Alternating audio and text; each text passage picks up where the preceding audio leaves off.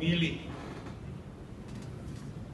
pejabat untuk menjadi PJ Wali Kota. Jadi gubernur yang memilih, bukan rakyat yang memilih.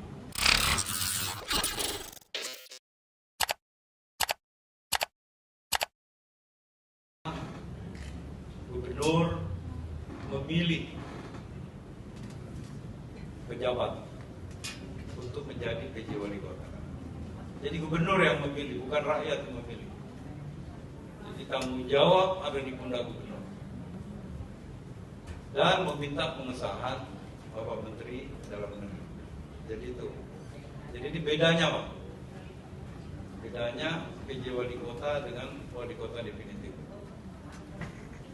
Masa jabatan juga 1 tahun maksimal, tapi tidak menutup kemungkinan bisa 3 bulan, bisa 6 bulan, bisa 9 bulan, tergantung kinerja.